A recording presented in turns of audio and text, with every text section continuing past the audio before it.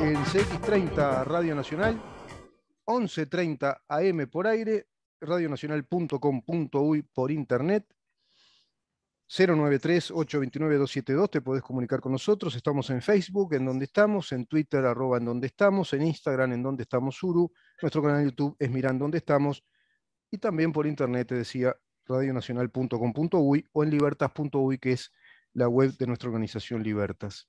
Está con nosotros Marcelo Caporale, Internet, justo hablábamos hace un rato de seguridad cibernética o ciberseguridad.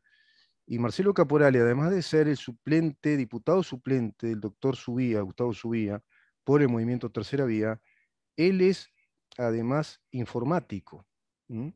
Y me decía hace un ratito, mirá, estaban tratando un tema importantísimo y del cual se sabe poco en nuestra población, al menos, que es la ciberseguridad. ¿Cómo te va, Marcelo? Bienvenido. ¿Cómo andas, Rubén? Bueno, buenos días, saludo a toda la audiencia y bueno, agradecerte la invitación para formar parte del programa. Gracias a ti por estar con nosotros y disponerte a esta entrevista, que espero que no sea la primera y última, sino que a partir de acá comencemos con un ciclo de conversaciones que sean bien interesantes. Veo, por ejemplo, tu currículum, ¿no? Bueno, actual coordinador del sector Tercera Vía, que lidera Gustavo Subía, militante del Partido Colorado desde el año 2003, miembro fundador de las agrupaciones Alternativa Joven, Vamos Montevideo y del sector Vamos Uruguay, liderado por el doctor Pedro Bordaberry, convención nacional y departamental entre los años 2010 y 2015, concejal titular del municipio 2010-2015, fundador del sector Tercera Vía, junto al doctor Gustavo Subía como jefe de campaña. Y hoy, además, es diputado suplente electo en este periodo 2020-2025. Con esta persona estamos hablando, con el que tiene toda esta trayectoria de militancia dentro del Partido Nacional, pero además es profesional. Partido Es Colorado, diseñador y Partido programador Colorado, web. Partido ¿Cómo? Colorado. Sí, sí, acá Trayectoria dentro del Partido Colorado. quedó bien claro, sí, que es de Partido Colorado. No te pongas colorado, no te pongas. En el plano profesional, diseñador y programador web, y por eso te enganchaste con la nota que desarrollamos con el doctor Rubén Flores Arquevicius, que claro, él es experto en temas jurídicos, informáticos, y además un hombre muy avesado porque está muy metido en el tema informático, utiliza mucho las redes, las plataformas, tiene su propio canal YouTube, y qué tema, ¿no? La ciberseguridad. Sí, sí, me pareció muy interesante cómo hizo el esfuerzo por explicar de forma entendible, porque eso es lo más complicado, que la gente logre discernir de qué se está hablando, porque es como que yo pongo mis datos e ingreso a mi cuenta. Mm, Claro, pero esos datos quedan en algún lugar, no es que desaparecen. O a veces claro, la comodidad de guardar la información para no volver a escribir la contraseña. uf, Esos detalles sí, son de la comodidad diaria en los celulares. Vos perdés el celular y perdés las contraseñas de todo. claro, totalmente, es así. Eso que tú decís es un tema que mi hermano me ha rezongado, ahora ya no lo hago, hace tiempo, ¿no? Hace años. Mi hermano es informático, igual que tú. Me decía, no hagas eso por comodidad de guardar la contraseña, poner la contraseña siempre otra vez. Y cada tanto hay que cambiarla también, sería importante hacer eso. Sí, sí, y tienen mucha razón. Yo no Mm, lo hago tampoco. No, guardar las contraseñas es no recomendable para nadie. para Acuérdese la nadie, memoria, claro, póngala en el momento y listo. claro. Porque eso queda registrado en el navegador, es lo que el doctor Sí, explicaba. Eso sí. quedan los cookies del navegador. Y eso es factible que algún hacker, si quisiera entrar a tu computadora. Mm, Pasa que la mayoría de la gente piensa, ¿quién va a venir a hackear a mí? claro. Bueno, algún día alguien te puede hackear porque tienes Sí, acceso a la cuenta bancaria, por sí, ejemplo. sí. Sí, Es lógico, así. es así. O lo que es el phishing, que él lo explicó, trató de explicarlo bien, incluso me llamó la atención la claridad con la que trató de hacerlo entender.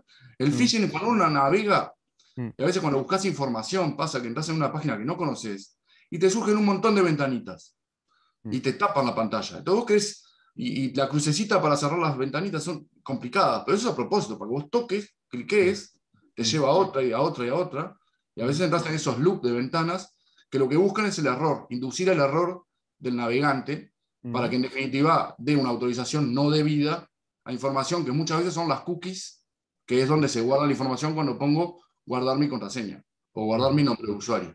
Son las cookies claro, del navegador claro. o a veces de los propios sitios cuando te piden permiso, Sí. ¿viste? De aceptar condiciones, no sé qué. Bueno, a veces, Cuando abrís, viste, cuando bajás una app o subís una app y te piden todos esos permisos, bueno, exacto, esa letra que nadie lee, bueno, eso, eso, le das permiso, acceso a información.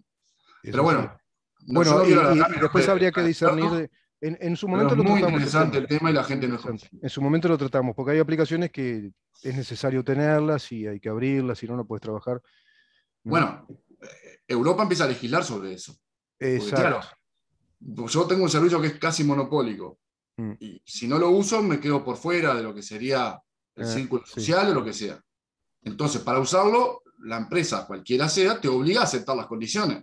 O exacto. sea, no quiero decir que es una extorsión, pero de alguna manera es un abuso de esa situación de poder. Y mirá, estaría bueno conversarlo con el doctor Subía, pero creo yo, por mi formación jurídica, que estamos hablando de una especie de contrato de adhesión, que es un contrato leonino, por lo general. Es decir, Sí, yo te señor. pongo mis condiciones, si vos aceptas estas condiciones, hacemos el contrato.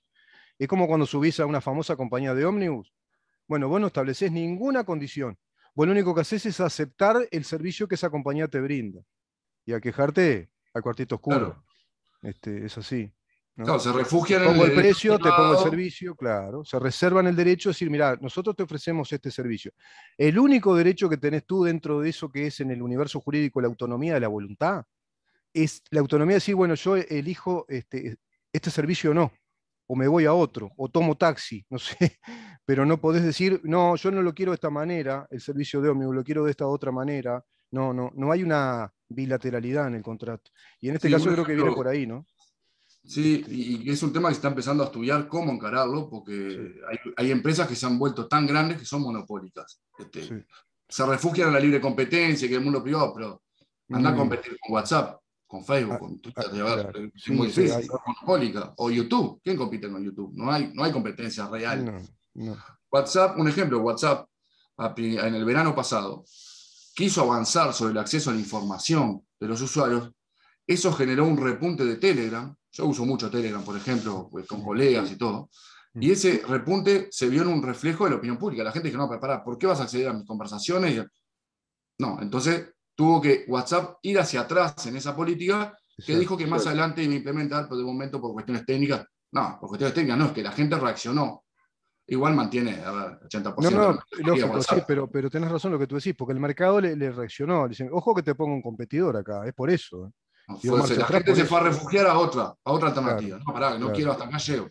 claro, Bueno, exacto. son temas que son los que se vienen hacia adelante Mm, y hay que estar un poco atentos, porque a veces en Uruguay discutimos mucho sobre lo que pasó antes, ¿no? mm. Y el mundo avanza, el mundo no va a esperar a Uruguay, el mundo va a seguir El mundo, avanzando. el mundo avanza, fíjate que tenemos un parking tecnológico de Google que se instala acá, y eso va a formar técnicos, nuevos técnicos en todos estos temas, por ejemplo. Harvard, pero es la Universidad de Harvard para Latinoamérica vinculada a negocios y a informática, a tecnología. Claro que avanza. Y estamos discutiendo cosas de hace 50 años, 50 y pico de años. Bueno, Tanto este, avanza, tanto mm, avanza que las empresas de ese nivel prefieren formar a sus propios funcionarios, claro, a ese punto, porque la a ese punto. educación no va al ritmo que las empresas que generan empleo necesitan. Y eso es un problema. Y es un problema que en Uruguay no lo queremos entender. Sí, No me sí, quiero sí, sí. meter en el tema porque me voy, pero es una realidad. Y bueno, Vamos al está. tema, vamos al tema que nos convocaba hoy, que no nos va a quedar mucho tiempo. Pero vamos a esos temas, los vamos a tratar, no te quepa duda, Marcelo. El IAS, el impuesto a la jubilación, el impuesto a las pensiones. Sí. Claro, no es a todas, ¿no? Hay rangos, a determinado tipo de montos, ¿no? De pensiones y jubilaciones. Pero la gran pregunta es, ¿pero es justo que se le aplique un impuesto a la jubilación a una persona que aportó durante 30, 35 años, pero que no solo aportó por su jubilación, que la tiene pagada, digamos, a jubilación, sino que aportó todos los impuestos, que pagó todos los impuestos, pues si no, no se le puede habilitar un trámite jubilatorio a la persona que es morosa ante el Estado? Estamos hablando de ciudadanos que durante 35 o 40 años trabajaron, aportaron, pagaron sus impuestos y después, además, se les cobra un impuesto, Sí. después de que ya no trabajan, ¿no?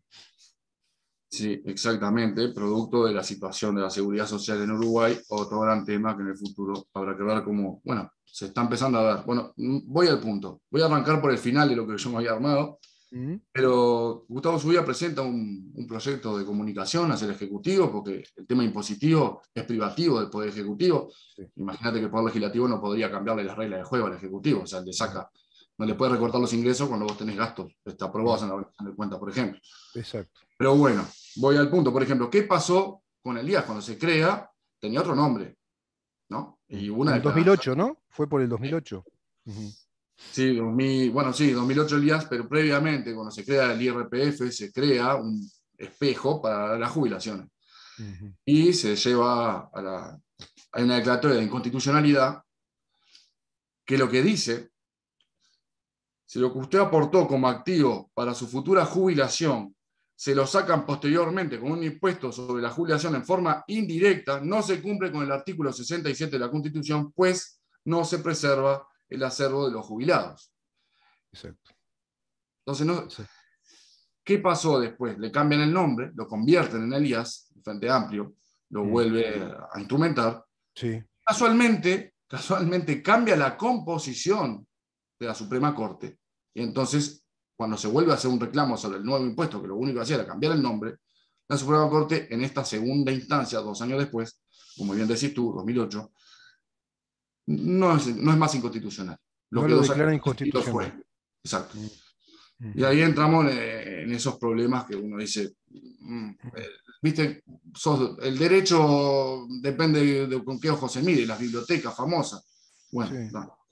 Y a partir de ahí se instrumentó. ¿A quién afecta el IAS? A 180.000 jubilados, Bien. principalmente. Bien. ¿Verdad? Se dice que afecta a las jubilaciones altas. Ahora yo me pregunto, porque la primera franja, que es del 10%, afecta a jubilaciones de 38.000 pesos. ¿Está Mm. bien? Yo sé Sí. que dentro de lo que son las jubilaciones en Uruguay no son las más bajas, tampoco son tan altas. No, no. Y yo me pregunto, que es lo que motiva a Gustavo, a primera instancia, a salir a marcar este tema. Mm. ¿Quién dice que otro ejecutivo de otro gobierno, dentro de 5 años, 10 o 15, no se le ocurra que el mínimo imponible pasa a ser 20.000 pesos, no 38? ¿Lo puede Claro. hacer? Sí. El tema acá es que no podemos tocar las jubilaciones. O un rango más bajo del mínimo imponible en relación al costo de vida. Por Exacto. ejemplo, tenemos que Hoy medir la canasta básica la familiar está en canasta 90.000 básica pesos. familiar. Claro, claro. ¿Cómo podemos hablar de que una jubilación de 38.000 pesos puede ser alta o buena si la canasta básica familiar está en 80 y pico, 90.000 pesos? Estamos hablando de la canasta básica para una familia tipo, ¿no? De matrimonio con 2 hijos. Pero bueno, desglosando por persona es un montón. Prácticamente daría para sobrevivir esa plata. Y bueno, y ahí hay como un bueno, el IRPF también es un tema muy parecido, ¿no? Pues se habla del impuesto a la renta. ¿De qué renta No es hablamos si renta, no es renta? son Primero que es ingresos netos. ingresos netos por salario, por la vía salarial. Sí, en Estados Unidos, yo tengo conocidos, pero todos tenemos algún inmigrante amigo que tuvo que irse. Mm. Juntan boletas hasta de los chicles para presentar a fin de año para la rendición de cuentas para el IRPF. Eso es Claro, un IRPF, renta. Gasté claro. tanto, gané tanto, la diferencia pago. Exacto. No, acá ganás tanto, pagás, chao. Sí, Bueno, sí, ese es el sobre el problema neto. histórico de Uruguay, la carga impositiva bestial que hay en un país Ah, sí, chiquito. sí, sí, sí, sí. Tenemos más Bueno, eso lo empleados. hablamos, sabés que lo hablamos mucho con el economista Jorge Caumón. Claro, él se muestra muy enojado como economista con ese tema. Es un país altamente impositivo, vorazmente impositivo. Además, estamos en un país que tenemos doble tributación, triple tributación. ¿Y qué quiere decir eso? Que se le aplican 2 impuestos al mismo bien, o a la misma actividad, o a veces hasta 3 impuestos, ¿no? Y después está el tema de la contraprestación. ¿Qué nos brinda el Estado para cobrarnos tanto? ¿Cuáles son los servicios? Esa es la otra pregunta, ¿no? Sí, ese es un tema, si me meto ahí, nos vamos a quedar ahí. Pero es Bueno, muy interesante, es un tema que me ha preocupado siempre.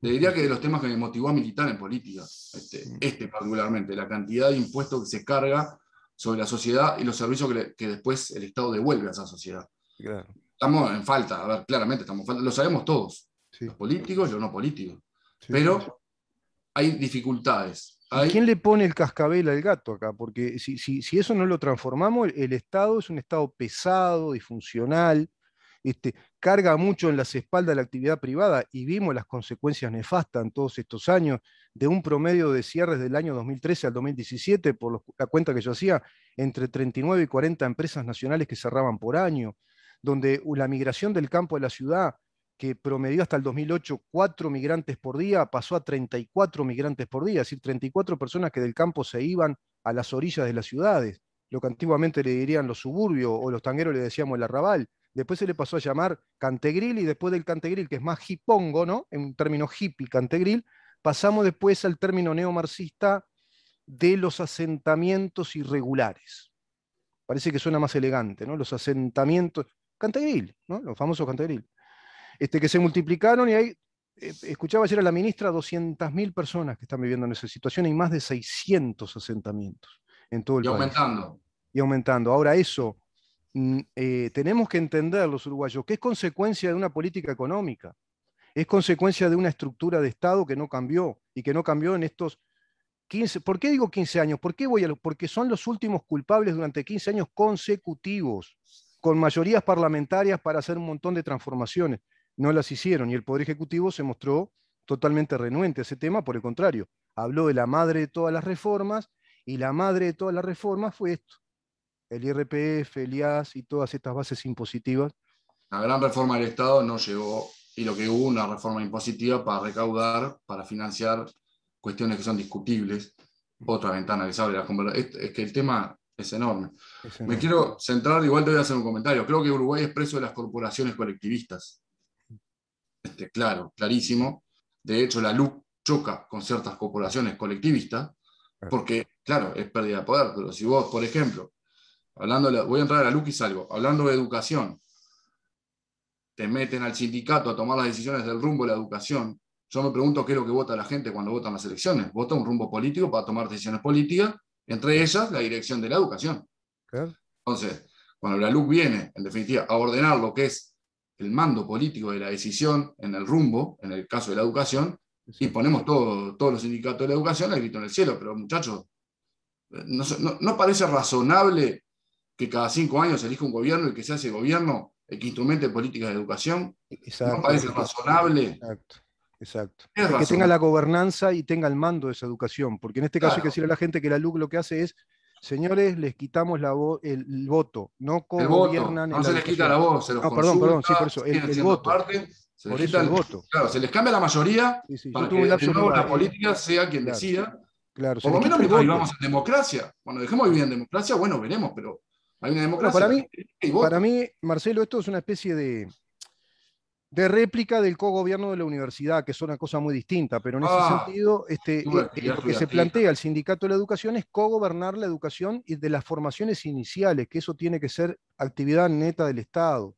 Esa gobernanza, ese mando tiene que ser de las autoridades de la educación. La LUC lo que hace, señores, se les quita el cogobierno, no tienen voto. Tienen voces, van a ser lo que tienen que ser, asesores, ¿no? Son los pedagogos del país, se les va a consultar por planes de Es esa estudio. visión de país que Gustavo Zubí insiste tanto, ¿no? La visión, contraponer la visión de país de corporativistas o colectivistas, le llama él colectivistas, usa la palabra. Bueno, es una visión que hoy no está gobernando, no ganó. A ver, digo, entonces, como no gané las elecciones, te busco, ¿entendés?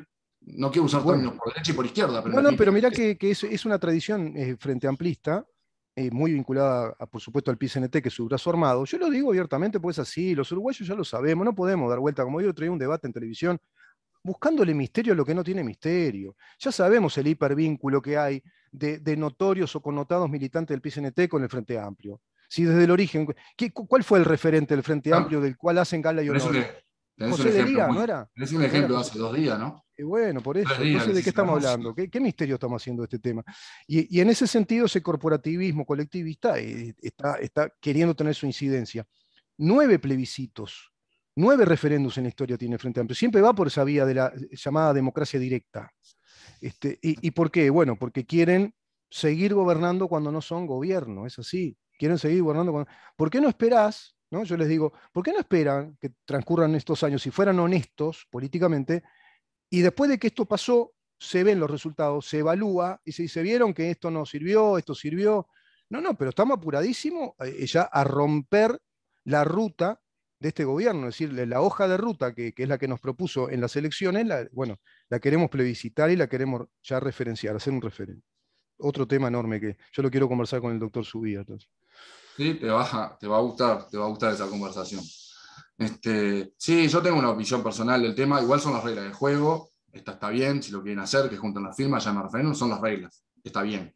Pero hay una actitud permanente del palo en la rueda, eso es así, o sea, Sí, es así.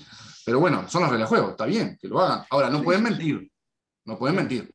Digo, no se puede decir que te van a Marcelo, es echar de como, tu casa con la luz, no es cierto. no, La luz lo que no. plantea es un sistema de alquiler paralelo, nuevo, que no existía antes, para quien no tiene posibilidad de tener una garantía.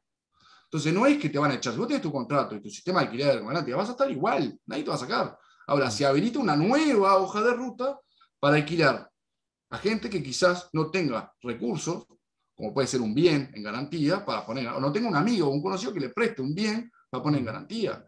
Es eso, establece un nuevo contrato de alquiler que no existía antes. Exacto. Pero se ha manipulado la información para conseguir las firmas. ¿Tá? Esas son las cosas que son moralmente discutibles. Ahora, Sí. quisiera volver a la Bien. propuesta de Elías, de Gustavo. ¿Qué es lo que planteó? Es muy medido, porque también se nos ha atacado y se le ha dicho que es una locura derogar Elías. Bueno, vamos a poner las cosas en su justo orden. Se propone, en todo caso, reducir el 0,87% del presupuesto del BPS en 4 años. ¿No? Atento a lo que estamos. Es reducir el 20% de las franjas que se cobran hoy. Para mandar una señal. Entendemos que la situación de pandemia que se nos vino es compleja a nivel económico, pero si por un lado salimos a banderear y a decir que se ahorraron 600 millones de dólares, a mí me parece bien, hay que tratar de ajustar. Bueno, pero también tratemos de atender promesas que se hicimos, porque el impuesto era inmoral, antiético. Bueno, a ver, si lo podemos hacer, se presenta esto en una objetivos para 2021, 2022, Claro, 2023, gradualmente. un 20% total. Entonces me parece que hay que atender, porque gente, ahora yo tomamos conocimiento de este tema el año pasado que nos contactaron, sabíamos del IAS, pero bueno, había unos grupos organizados, estaban preocupados, no habían conseguido las firmas, Modeco 67 no habían conseguido las firmas, ¿qué se puede hacer? Tomamos conocimiento, empezamos a estudiar el tema, Gustavo empezó a tener distintos contactos, a hablar, tratar de llegar a una propuesta mínimamente que diera un gesto, porque fue una promesa que hicieron todos los partidos de la coalición, y se logra esta que estamos conversando. Bien. Que quizás no sea suficiente, pero es algo. Hay reuniones pendientes, nos llama la atención que no se hubiera tomado el guante, porque me parece que es una cosa bien medida, para ir paso a paso, para ir en la dirección que se prometió, quizás no cumplir en 5 años, pero cumplir en los próximos 5 años, cuando la situación económica ya sea otra. Y bueno, estamos en la lucha. Creo que es necesario hacerlo. ¿Y qué ambiente ven hoy? Otro tema que plantea la propuesta, además de esa reducción del 20% total de lo que es el impuesto, plantea un tema que a muchos jubilados les puede servir, que es que la cuenta del mínimo imponible sea, en el caso que tienen más de una jubilación, por separado, no se la sumen para llegar. Bien. Porque eso también tiene que ver con la historia del trabajador. Tuvo 2 trabajos a lo largo de Aportó X años. por 2 cajas. Trabajó mucha. ¿Cómo? Aportó a 2 cajas, por ejemplo. Aportó a 2 cajas, trabajó más horas. Y bueno, capaz si separamos la cuenta y hacemos sobre cada una de las jubilaciones y no la suma, también les podemos dar una mano.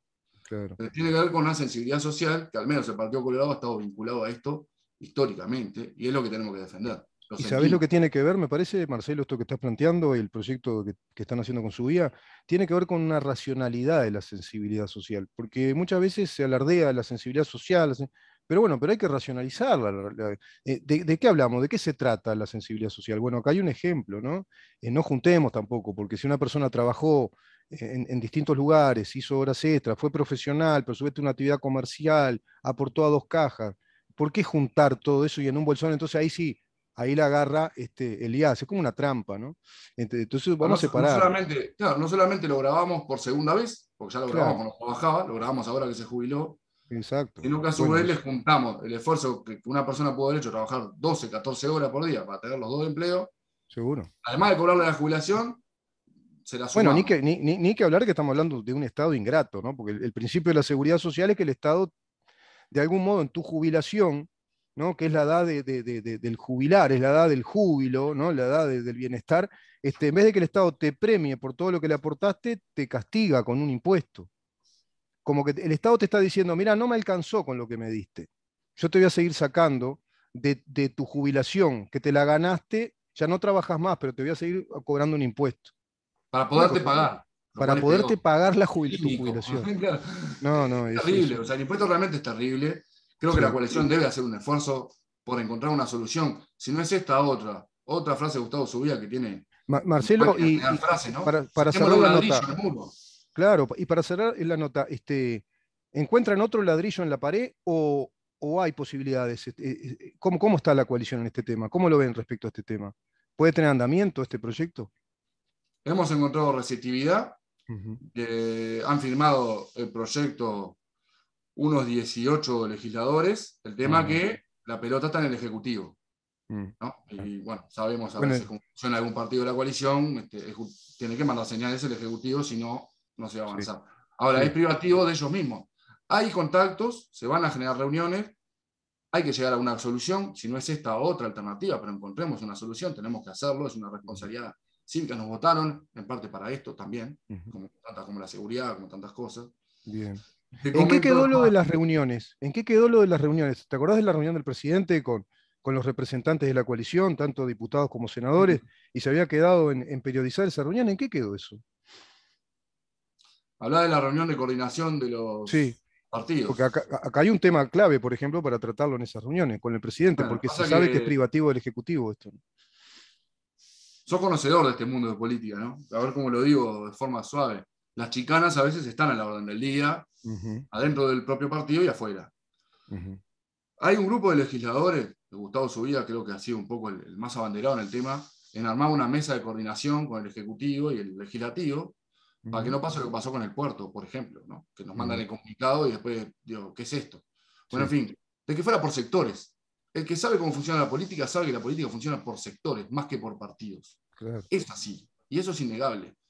Ahora, si los sectores mayoritarios del partido, de repente, la solución de un delegado por partido les sirve, porque va un delegado por la Cámara Alta y un delegado por la Cámara Baja, Ah, claro. senador de diputados, y ¿entendés? Ciudadano Sí, Valle lógico, tercera lógico. vía queda afuera. Pero esto pasa dentro del Partido Nacional, que es más grave la situación. Porque al Ujú, poner un nuevo partido te dejan afuera sectores como el de Gandini, por ejemplo, de claro. la discusión, de la coordinación. Y eso genera algunos chisporrotazos que a veces se barren hacia adentro, porque es lo Y normal, sí, pero sí, a sí. veces generan cortocircuitos que se ven. Pero se Sí, se ven por paga un cuestiones costo en la naturales. interna del partido, se pagan costos adentro de los partidos, claro. Bueno, ahí tengo una visión que es crítica con el partido nuestro, en la situación en la que estamos, de dónde Sí, venimos, de lo que fue el Partido claro, Colorado. Digo, no podemos seguir autodestruyéndonos. claro. Es simple. No Marcelo, lo podemos hacer. un gustazo realmente. Seguimos hablando, mirá que hay mucho para hablar sobre estos temas. Y lo del IA seguramente hay más cosas para seguir hablando, este proyecto de ley y otros temas, ¿no? Otros temas Lo contigo. único que te Se voy a nos fue dejar el programa, picando ¿sabes? para otra, que después te cuento en qué andamos. Se Sí. está conformando a partir del proyecto de Gustavo una coordinadora de asociaciones de jubilados. Mm, Muy bien bien. viene para hacer fuerza con el IAS, pero además con lo que viene con la reforma de la previsión social. Y mi Ah, vamos con generación eso. se va a tener que preocupar, porque somos los que vamos a pagar los platos rotos de esta reforma. Mm, es así. Temón, Es así. temón. Es así. Vamos con Pero ese tema entonces, un temazo, un temón. Temazos en música, se dice, temazo, un temón. Gracias, Marcelo. Buena no, gracias jornada a para ti. ti, ¿eh? Marcelo Igualmente. Caporale hablando con nosotros. Él es informático y además, bueno, fundador de Tercera Vía y diputado suplente del doctor Gustavo Subía. Nos vemos mañana a partir de las 10 de la mañana. Venimos también con un programa cargadito. Mañana hablaremos, capaz que tocamos algo de esto con el diputado Conrado Rodríguez, también del Partido Colorado, de otro sector, quien también se dispone muy amablemente a abrirse a estos temas y entrar de algún modo a verlos, a discutirlos. Mañana a partir de las 10 tenemos que saber en dónde estamos. Chao. Libertas.